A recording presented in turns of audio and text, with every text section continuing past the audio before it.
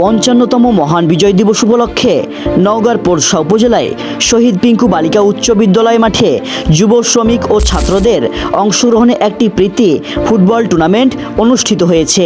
বাংলাদেশ জামায়াত ইসলামী পোরশা নওগাঁ শাখার আয়োজনে অনুষ্ঠিত এই টুর্নামেন্টে বিভিন্ন অতিথিবৃন্দু, খেলাপ্রেমী দর্শকরা উপস্থিত ছিলেন।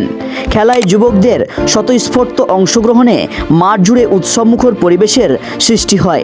অতিথিরা তাদের বক্তব্যে বলেন, খেলাধুলা যুব সমাজকে শৃঙ্খলাবদ্ধ ও সুস্থ জীবনযাপনে উদ্বুদ্ধ করে। টুর্নামেন্ট শেষে বিজয় দলের হাতে পুরস্কার তুলে দেন অতিথিবৃন্দুরা। তুষার সংকেত, পোরশা উপজেলা। সাথে সাথে আজকের যে ফুটবল টুর্নামেন্ট যারা জয়ী হয়েছে তাদেরকে অভিনন্দন, আর যারা গোল একটিও দিতে পারে নাই, হাত দিয়ে দেওয়ার চেষ্টা করেছে তাও দিতে পারে নাই, তাদেরকে আগামীতে যাতে হাত দেওয়া হলেও যাতে একটি গোল দিয়ে যাতে সমতা যাতে রক্ষা করতে পারে